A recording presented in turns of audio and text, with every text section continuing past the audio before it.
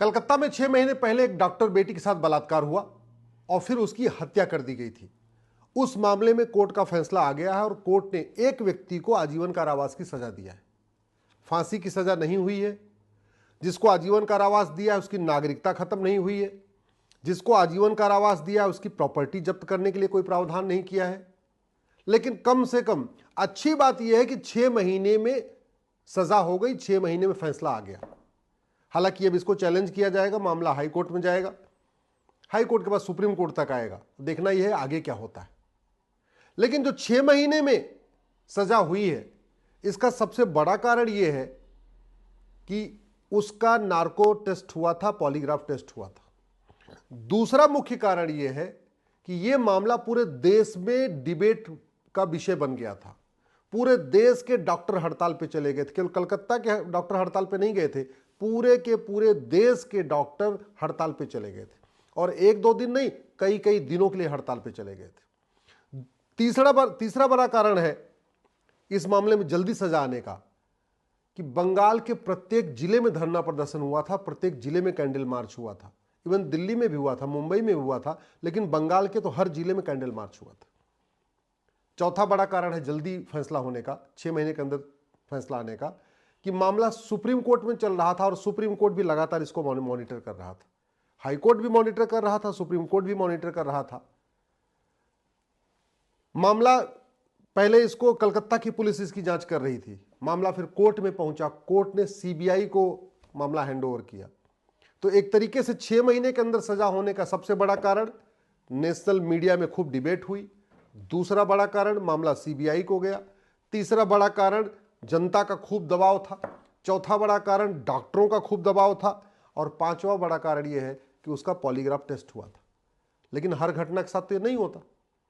जैसे केरल में एक बेटी के साथ 59 लोगों ने बलात्कार किया, जो उसने अपने शिकायत में कहा है। 59 में से 2 लोग अभी विदेश में घूम रहे, पकड़े भी नहीं गए। 5 साल में 59 लोगों ने बलात्कार किया और कई बार बलात्कार किया। आज तक किसी को ना आजीवन कारावास हुआ, आज तक अभी किसी का narco test, polygraph, brain mapping test भी नहीं हुआ है। क्यों? क्योंकि बंगाल का विषय सुप्रीम कोर्ट तक पहुंचा, मीडिया में उछला, खूब चर्चा हुई, सीबीआई को चला गया तो 6 महीने के अंदर सजा हो गई।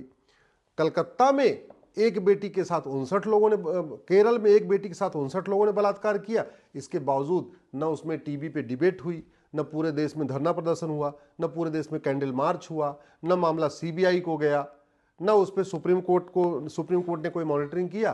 तो मामला वैसे ठंडा पड़ा हुआ है। इसलिए मैं कहता हूं, इस देश में जब तक कानून नहीं बदलेंगे तब तक सबको न्याय नहीं मिलेगा। और ऐसे अनेक घटनाएं हैं, ऐसे एक दो नहीं लाखों घटनाएं हैं जहां जो मामला मीडिया में हाईलाइट हो जाता है। निर्भया वाला कांड हाईलाइट हो गया, चलो जी फांसी भी हो गई।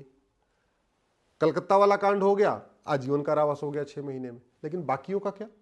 बाकी माता पिता तो परेशान है, गरीब तो परेशान है। इसलिए अपराध इसलिए कम नहीं हो रहा है क्योंकि यहां पे कानून का राज नहीं है, कानून सबके लिए एक समान नहीं है, सबके मुकदमों की फास्ट ट्रैकिंग नहीं हो रही है, सबके मुकदमों का फैसला 6-6 महीने में नहीं आ रहा है। इसलिए अपराध कम नहीं हो रहा है, कानून का खौफ पैदा नहीं हो रहा है। इसलिए कानून का खौफ पैदा करना है तो जैसे भारतीय न्याय संहिता बनी है वैसे ही ये जो पुलिस एक्ट 1861 वाला, इसको बदल देना चाहिए। जब तक पूरे देश की पुलिस एक तरीके से बिहेवियर नहीं करेगी, पूरे देश की पुलिस सत्ता की गुलामी से बाहर नहीं आएगी, पूरे देश की पुलिस स्वतंत्र और निष्पक्ष नहीं होगी, तब तक लोगों को न्याय नहीं मिलेगा। और वो पूरे देश की पुलिस स्वतंत्र और निष्पक्ष तब तक नहीं होगी जब तक ये 1861 का पुलिस एक्ट नहीं बदला जाएगा। एक यूनिफॉर्म पुलिस कोड की जरूरत है। दूसरा, narco polygraph brain mapping mandatory करने की जरूरत है। कलकत्ता में हुआ है नार्को जो पॉलीग्राफ टेस्ट हुआ, लेकिन वो कोर्ट के कहने पे हुआ है। सीबीआई ने कहा और कोर्ट ने अलाउ कर दिया, इसलिए हो गया। अगर कोर्ट अलाउ नहीं करती या जो पॉलीग्राफ टेस्ट करने वाला तैयार नहीं होता तो शायद नहीं होता इतनी जल्दी फैसला नहीं आता।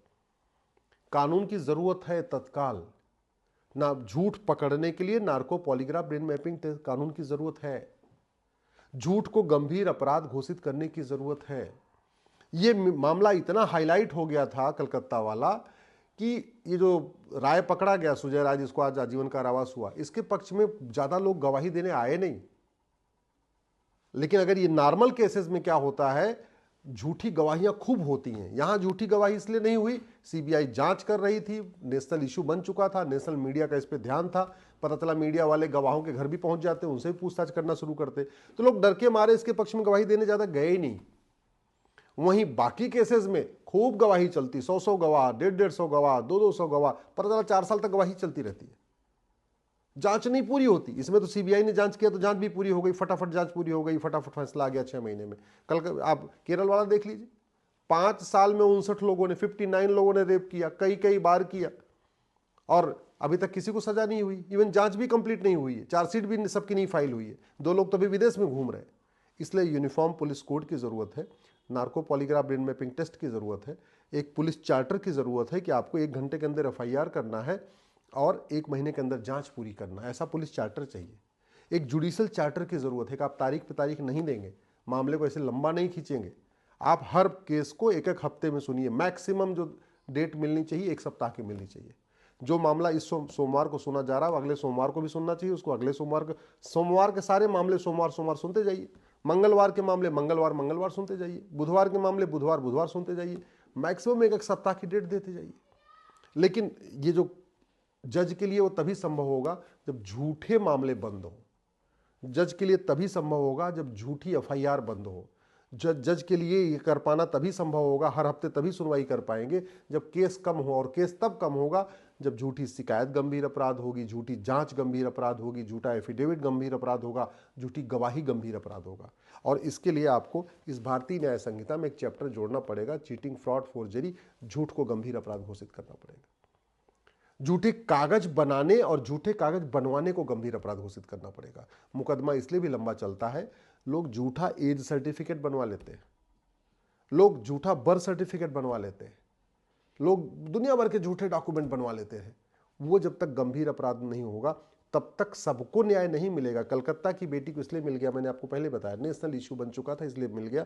कलकत्ता, केरल की बेटी को नहीं मिल रहा है, उत्तर प्रदेश की बेटी को नहीं मिल रहा है, बंगाल, बाकी बिहार, झारखंड और भी राज्य है, सबको 6-6 महीने में न्याय नहीं मिल रहा है, जबकि हो सकता है 6 महीने के अंदर मुकदमों का फैसला हो सकता है। ये इस केस से भी पता चल गया, लेकिन इस केस में इतना प्रेशर था, बाकी में जो बिना प्रेशर के वो भी हो सकते।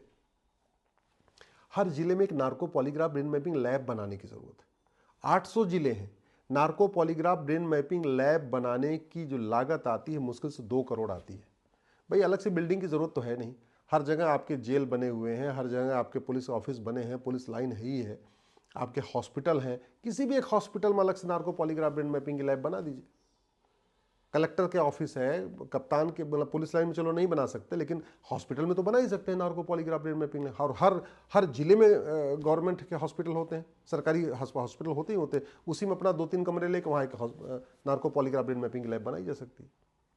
Narco polygraph brain mapping lab बन जाए, यूनिफॉर्म पुलिस कोड लागू हो जाए, यूनिफॉर्म पिनल कोड लागू हो जाए, यूनिफॉर्म जुडिशियल कोड लागू हो जाए, यूनिफॉर्म एडमिनिस्ट्रेटिव कोड लागू हो जाए, और यूनिफॉर्म सिटीजन कोड लागू हो जाए। यूनिफॉर्म सिटीजन कोड का मतलब, अगर कोई व्यक्ति झूठी गवाही दिया तो उसकी सिटीजनशिप खत्म होगी, कोई व्यक्ति झूठे डॉक्यूमेंट पेश किया उसकी सिटीजनशिप खत्म होगी, किसी ने झूठी जांच किया उस पुलिस वाले की सिटीजनशिप खत्म होगी, किसी ने झूठी गवाही दिया उसकी भी सिटीजनशिप खत्म होगी, किसी ने झूठा एफआईआर करवाया किसी के कहने पे उसकी भी सिटीजनशिप खत्म होगी। तो जो वास्तव में पीड़ित हैं उनको भी न्याय मिलेगा, और जो पीड़ित नहीं है जबरदस्ती उनको पीड़ा दी जा रही है।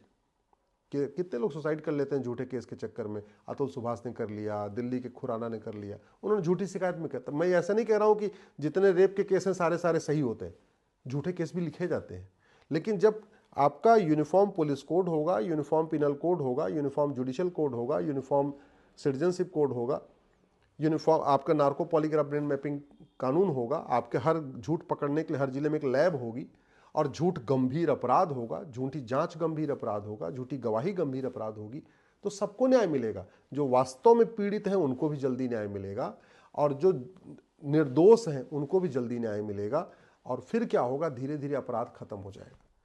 इसलिए इसका जो परमानेंट सोल्यूशन है वो सीबीआई जांच और ये नहीं है, परमानेंट सोल्यूशन है इस भारतीय न्याय संहिता को बदल के एक 1 नेशन 1 पिनल कोड बनाया जाए। इस भारतीय साक्ष्य संहिता में नार्को पॉलीग्राफ ब्रेन मैपिंग के लिए अलग से इसका प्रावधान किया जाए।